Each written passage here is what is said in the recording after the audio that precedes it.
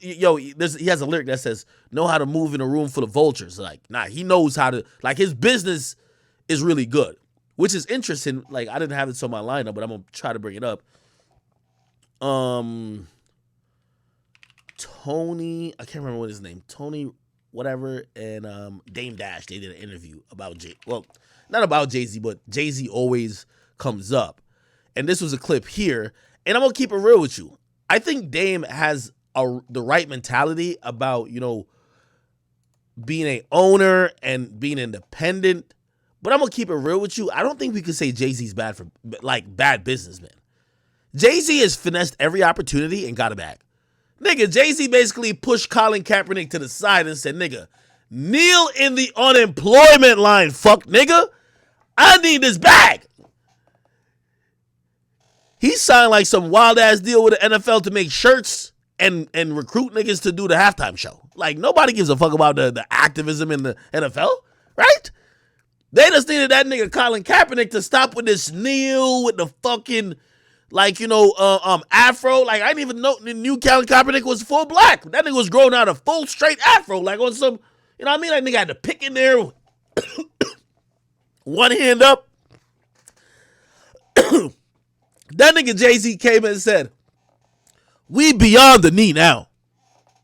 Give me the checks. Jay-Z's a businessman. From Rock Nation to Live Nation, you can't fuck with Jay, business-wise. Anyway, Dame Dash was talking about his separation from Jay-Z. And if you guys don't know the story, because I know some of y'all might be young, so Jay and Dame used to run this company called Rockefeller. It was a really historic label with a lot of people that were coming out of it, including Kanye, Beanie Siegel, there was just hits being churned out left and right. R&B singers, Jay was a star, and they had a lot of leverage in the music game. And their leverage was very unique because at first, Jay, who tried to get on a label, didn't really have the best offers, and he chose to do it himself.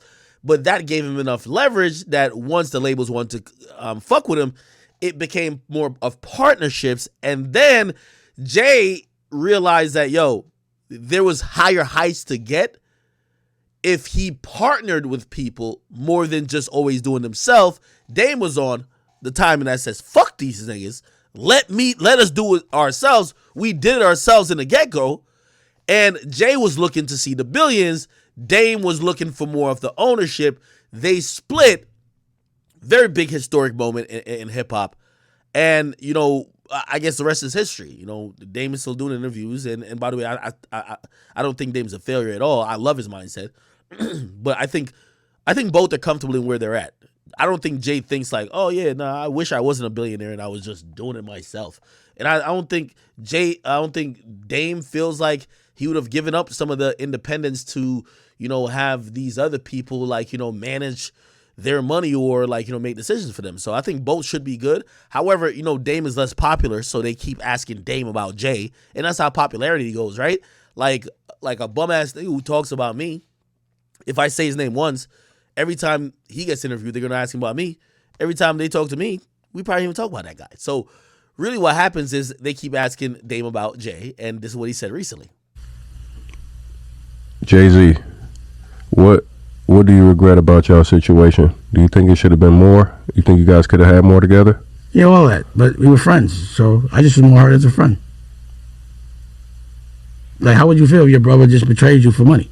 Would it hurt? I felt that personally. I told you outside, yeah. But that's the algorithm. It wasn't surprising because that's what I'm gonna pause it real quick. So Tony, the guy who's doing this interview, so that's the guy who Dame is talking to.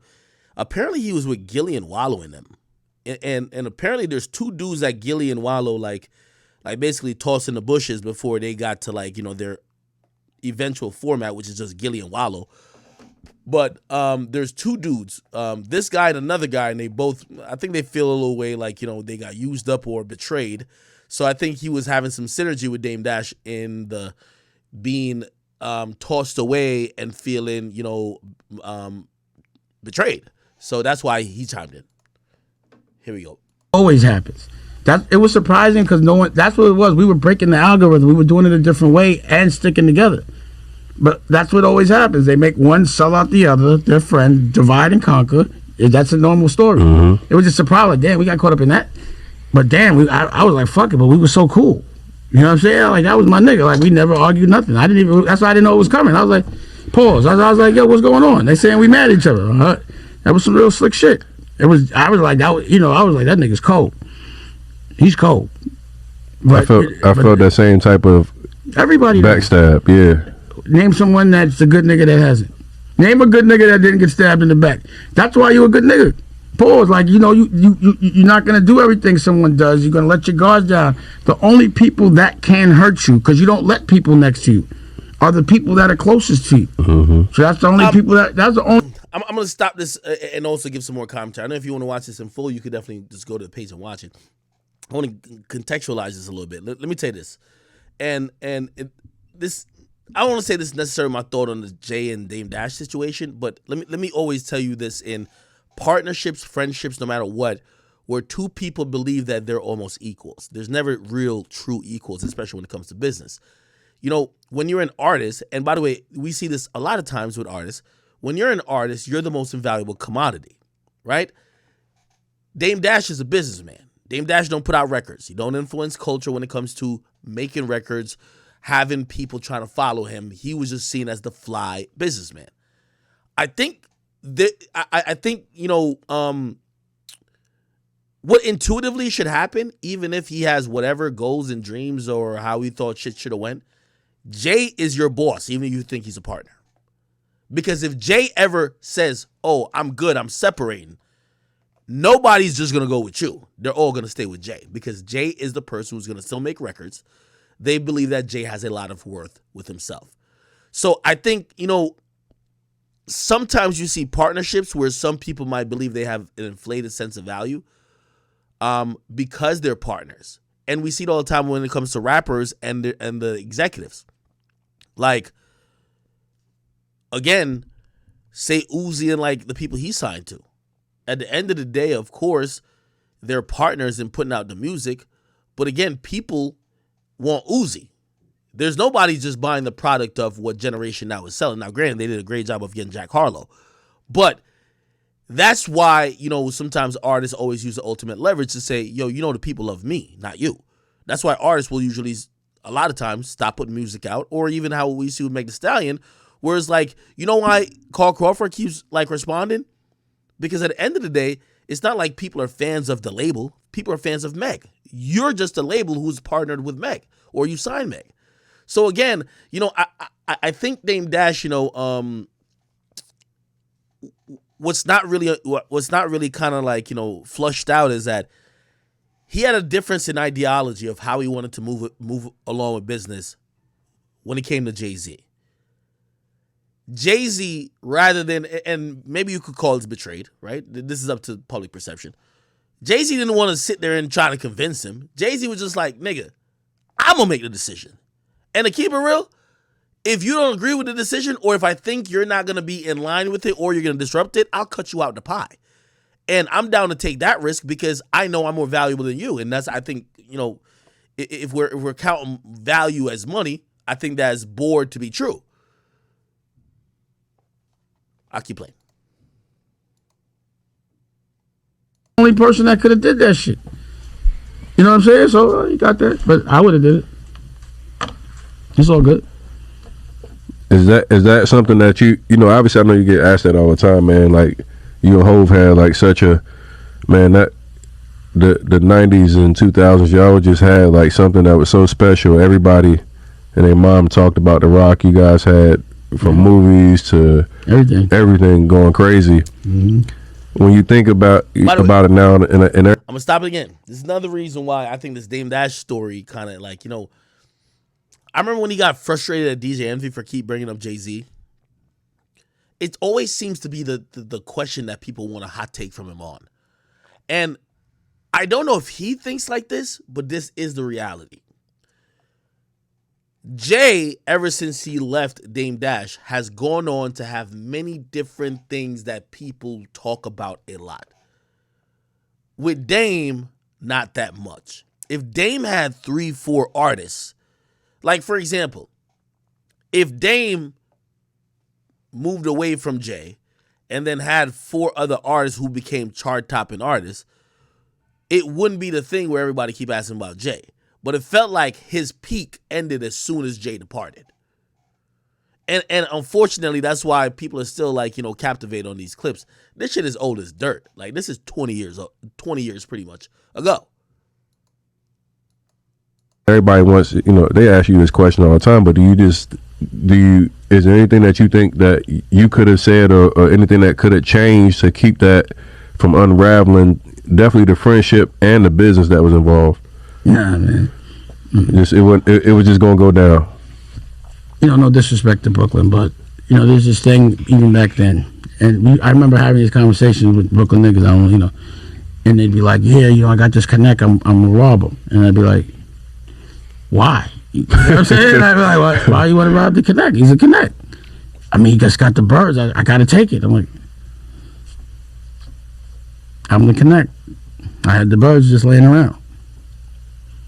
He's a Brooklyn nigga. You know what I'm saying? He just couldn't help himself. That's what it is. That's deep. Do you feel like after all the stuff you've overcome, what do you think your legacy will be 50 years from now when people mention Dame Dash? It'll be like Alexander the Great, but the one that lived longer. You know what I'm saying? A conqueror, a person that fought wars for the ones that he loved. By the way, let me also say I love Dame's spirit. I love his ability to fight for what he believes. I love him standing up for shit at a time that it just wasn't popular for creators to fight for their rights. I love Dame for that. You know what I mean? I always thought that the conversation he had with the Breakfast Club when he was talking about ownership,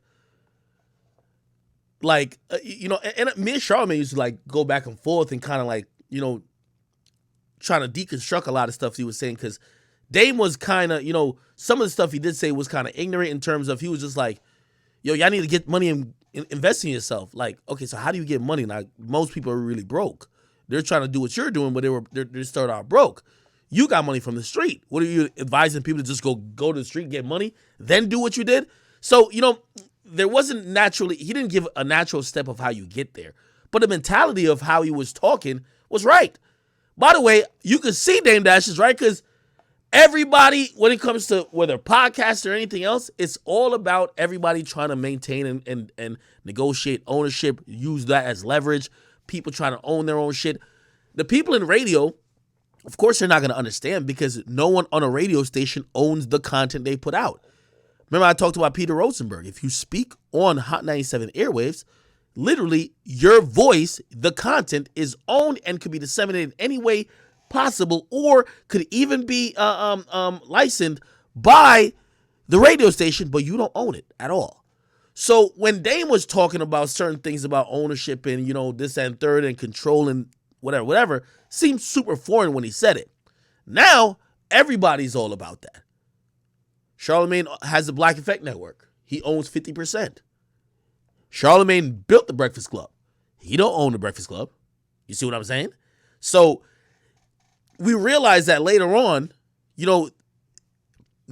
what Dame was saying, maybe it just wasn't for that platform because, obviously, like, when they hired Charlamagne, like, he was in fucking Philly or whatever, and they kind of brought him back from, people were trying to, like, get rid of him. So maybe they didn't have the leverage to do that, but overall what Dame was saying was important, right? And I think his methods some people might not agree with, because Dame is a shouting type of nigga. He's a belittling type of nigga. He's a in-your-face, abrasive type of nigga. And a lot of people, when it comes to the corporate world, you have to be kind of passive-aggressive. You got to be playing the game. You have to play this horse and pony type of situation. I don't know if I could... I think I did post it. Let me try to play this real quick, and I'm just talking about how people deal with corporate situation. Cameron did $1 million worth of game, and Cameron was talking about how he got out of his Epic deal. Let me try to, and I'm just trying to show, like, back in the days, niggas used to deal with corporate people like, yo, we're gonna bully you. We're gonna, if you ever watch like Straight Outta Compton or something like that, the nigga try to get out of his deal or try to influence the label by bringing a baseball bat and smashing shit in the office. You know what I mean? That was always like, if you guys don't know, to this day, I remember meeting with like 6ix9ine's executive, right? Nigga who signed 6ix9ine. You know that nigga has a trained Marine that, like, retired Marine that rolls with him every day, like it's war. And I'm saying, you're a white dude from Britain. Like, nobody looks at you like you're an op. Granted, you do sign a bunch of rappers, but that's the point. He's like, yo, I'm going to make sure I'm protected. Now, these are executives. You know why? Because rappers used to act like how Cameron, I'm going to try to find the clip, how Cameron described people acting. Let me show. Let me see if I can find it. Right here. Look at this.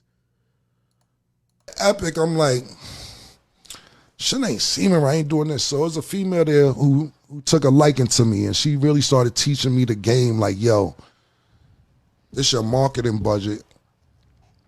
It don't seem like doing marketing, but the head of marketing just bought the new Lexus. This your radio budget. You ain't getting no spins, but the head of radio just went on a vacation in the Bahamas with his whole family. This is like vacation money. If you 11,000 out your budget, I don't see where 11,000 going. Marketing, nigga, 22,000 out the budget. Where they marketing? So I'm learning now. I'm like, yo, niggas is playing with me. Yo, what the fuck are you talking about? Like, so now I'm mad. So now I'm like, all right, bet I got to get out this deal. Me and Dame wasn't speaking. By the way, again, I know I'm contextualizing a lot, but nowadays when artists feel they're in a shitty deal, they get on Twitter and complain. Yo, everybody spam Atlantic Records. Tell them they're not treating me right. Yo, everybody tell Interscope, pay me my money. Yo, Epic Records, like, yo, please, like, yo, just let me go. Y'all ain't want to drop my album anyway.